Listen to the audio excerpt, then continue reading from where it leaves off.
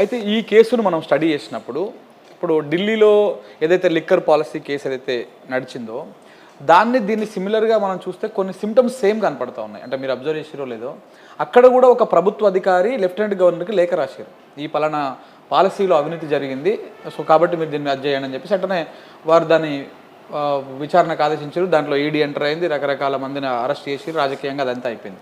Same ఇక్కడ కూడా అట్లనే దానకిషోర్ గారు ఒక లెటర్ రాయడము, ప్రభుత్వం దాని మీద కేసు నమోదు చేపించడము, గవర్నర్ అనుమతి తీసుకోవడం అని జరిగింది. అంటే అక్కడ ఈ ఢిల్లీ లిక్కర్ పాలసీ కేసులో కొన్ని రాజకీయ పార్టీలను టార్గెట్ చేసి, ప్రధానంగా ఆప్ కావచ్చు లేకపోతే బీఆర్ఎస్ పార్టీ కావచ్చు, ఇట్లాంటి కొన్ని పార్టీలను టార్గెట్ చేసి ఆ కేసుని రాజకీయంగా మలుపు తిప్పారు. ఇప్పుడు ఈ కేసును కూడా అలాంటి రాజకీయ టార్గెట్తోనే మలుపు తిప్పేటువంటి అవకాశం కనపడతా ఉందా? నిజంగా ఇందులో ఏమన్నా అవినీతి కానీ ఇట్లాంటిది ఏమన్నా జరిగిందా? అంటే ఒకటి ఈ రెండు కేసెస్ను అంటే మనకు కంప్లైనెంట్ పర్స్పెక్టివ్లో ఇద్దరు కూడా, ఆయనేమో లెఫ్టినెంట్ గవర్నరు, ఇక్కడేమో ప్రిన్సిపల్ సెక్రటరీ.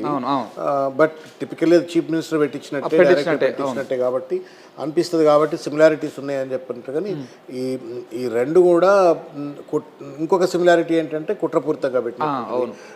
మూడవది అక్కడ ఆపన దెబ్బతీయాలా, ఇక్కడ బీఆర్ఎస్ దెబ్బతీయాలా అని చెప్పని ఆ సిమిలారిటీస్ ఉండొచ్చు. కానీ కేసు పూర్వాపరాలకు లోతులోకి వెళ్ళినట్టయితే బోత్ ఆర్ నాట్ కంపేరబుల్ అని నేను అనుకుంటాను. ఒకటి.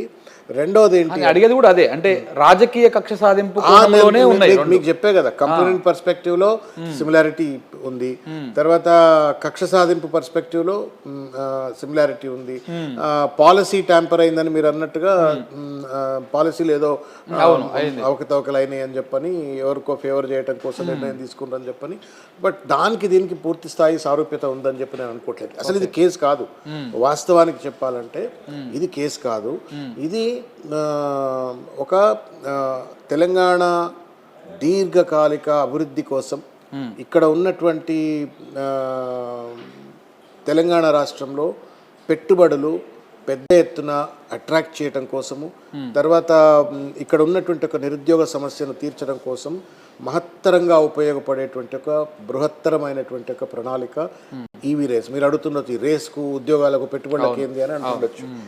వాస్తవంగా మనం తెలంగాణ ఎకానమీని కొంత లోతుగా చూసినట్టయితే మనకు తమిళనాడులో మ్యానుఫ్యాక్చరింగ్ సెక్టర్ బాగా ఉంటుంది.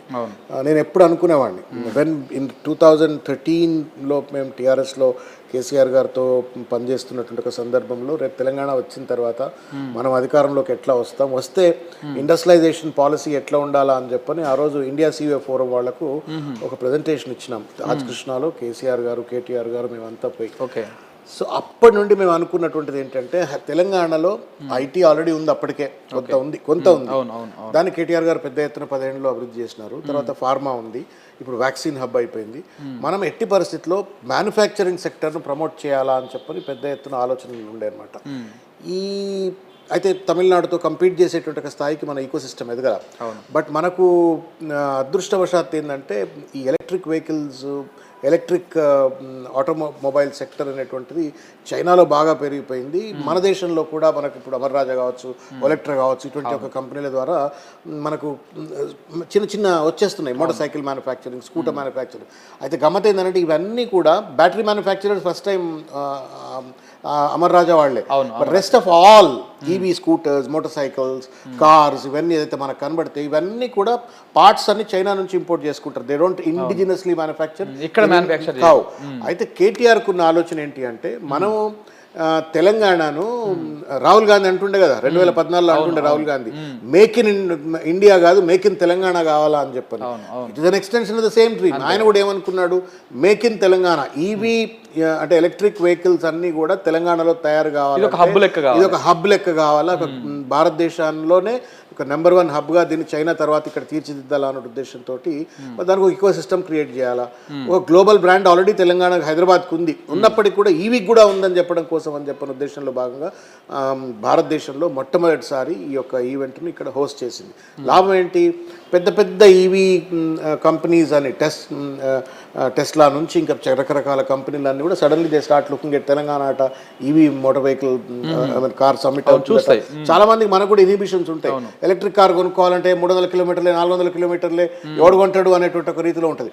కానీ అటువంటి దగ్గర ఎలక్ట్రిక్ వెహికల్ ఫార్ములా రేస్లే పెడుతున్నానుగా మామూలు కార్లు కొనుక్కుంటే ఏంటి అని చెప్పాను. అంటే ఒక పక్కన ఎలక్ట్రిక్ వెహికల్ యూటిలిటీని పెంచటము, తర్వాత ఎలక్ట్రిక్ వెహికల్ మ్యానుఫ్యాక్చరింగ్ కంపెనీస్ అందరి యొక్క దృష్టిని తెలంగాణ వైపు మళ్లించటము, తద్వారా తెలంగాణలో ఈవీ మ్యానుఫ్యాక్చరింగ్ హబ్ను సెటప్ చేసేందుకు, ఇన్వెస్ట్మెంట్స్ని అట్రాక్ట్ చేసేందుకు, తద్వారా లక్షలాది మంది మన computer science graduates, electrical science graduates, mechanical engineering గ్రాడ్యుయేట్లు చాలా మంది అందరికీ కూడా ఉద్యోగాలు వచ్చే అవకాశం ఉంటుంది. It will become a very very unique investment promotion and employment generation hub అవుతున్న ఉద్దేశంతో దీన్ని ఇక్కడ పెట్టడం అయింది.